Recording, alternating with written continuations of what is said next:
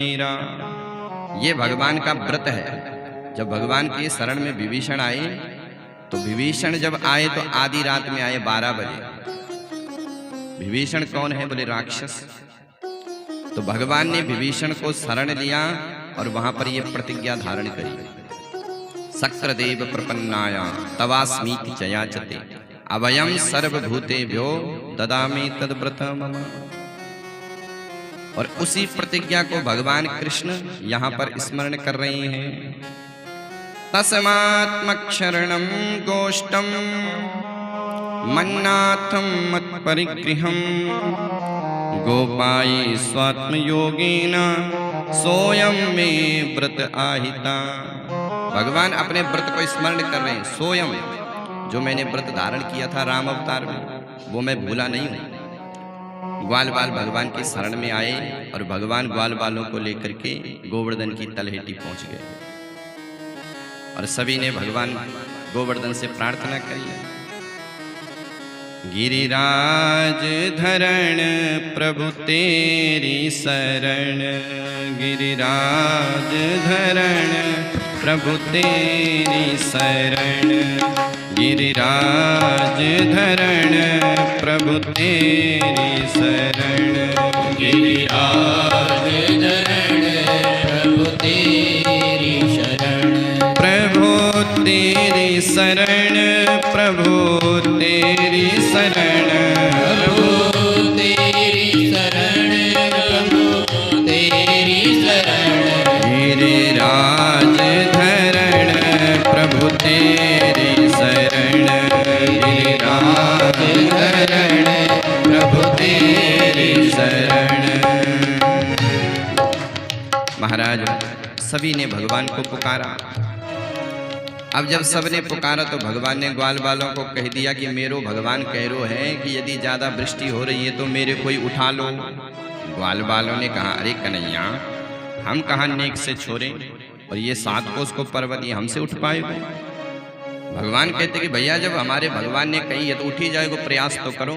तो सबने प्रयास किया महाराज, सबने प्रयास किया, लेकिन कन्हैया ने जैसे उठाने का प्रयास किया तो सुखदेव जी महाराज लिखते हैं, इत्युक्त्वा एक हस्तेना कृत्वा गोवर्धनाचलम ददार लीलयो कृष्ण छत्रकामिव बालका।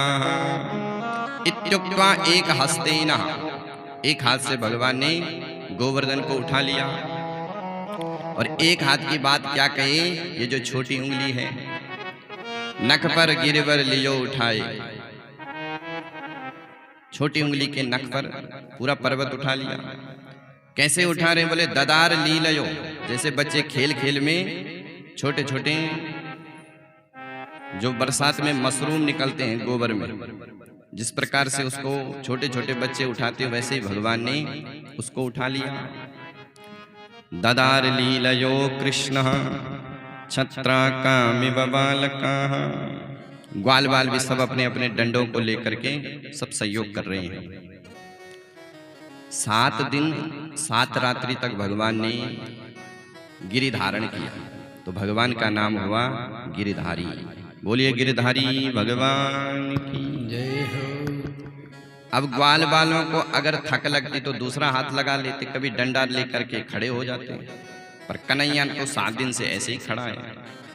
श्री धामा मधुमंगल कहने लगे, अरे कन्हैया तेरे को थक नहीं लगती है? मधुमंगल कहते हैं कि कन्हैया तू ऐसा कर कि थोड़ी देर के लिए आराम कर ले, हम सब संभाल लेंगे। भगवान कहते कि ग्वाल बालों तुम मेरे बिना संभाल लोगे? बोले हाँ कन्हैया, तुझे क्या लगता है कि तेरी छोटी उंगली पर ये सारा पर्वत धरो है? हम सब संभाल लेंगे। भगवान ने कहा देख लो। बोले हाँ हाँ कन्हैया। तो भगवान ने जैसे ही अपनी उंगली थोड़ा नीचे करी तो महाराज जितने भी डंडे थे सब चटाचट हो गए, सब चिल्लाने लगे, अरे कन्हैया रक्षा कर रक्षा कर। भगवान फिर से सावधान हो गए।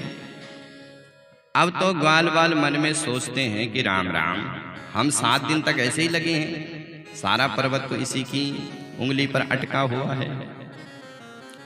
सारे ग्वाल बाल भगवान को घूर घूर करके देखने लग गए, कन्हैया तू भगवान तो नहीं है? कन्हैया ने कहा, अरे भैया काय को मेरे पीछे पड़े हो, मैं कोई भगवान नहीं हूं। अरे कन्हैया देख, तूने अकेले सारे पर्वत को उठाया है, कोई साधारण बात है क्या? कन्हैया कहते कि ग्वाल बालो तुमको पता नहीं है। बोले कौन सी बात का? कन्हैया कहते हैं कि ग्वाल बालो, मैंने अपने भगवान से एक मंत्र लिया है और मैं उस मंत्र का जाप करता हूं और उस समय जो मेरी ओर देखता है सबकी शक्ति मेरे में आ जाती है। अब तो ग्वाल बाल कहने लगे, राम राम कन्हैया, अच्छा ये बात है। तभी हम कह रहे कि आजकल हम इतने कमजोर क्यों हो रहे हैं, क्योंकि सारी शक्ति का हरण तो तुम कर रहे हो। ग्वाल बालों को बात जच गई। कछु माखन को बल बढ़्यो, कछु गोपन करी सहाय, श्री राधे जू की कृपा से मैंने गोवर्धन लियो उठाए। भगवान ने सारा जो भार है वो ग्वालों के ऊपर रख दिया कि भैया तुमने ही सब कुछ किया है। अब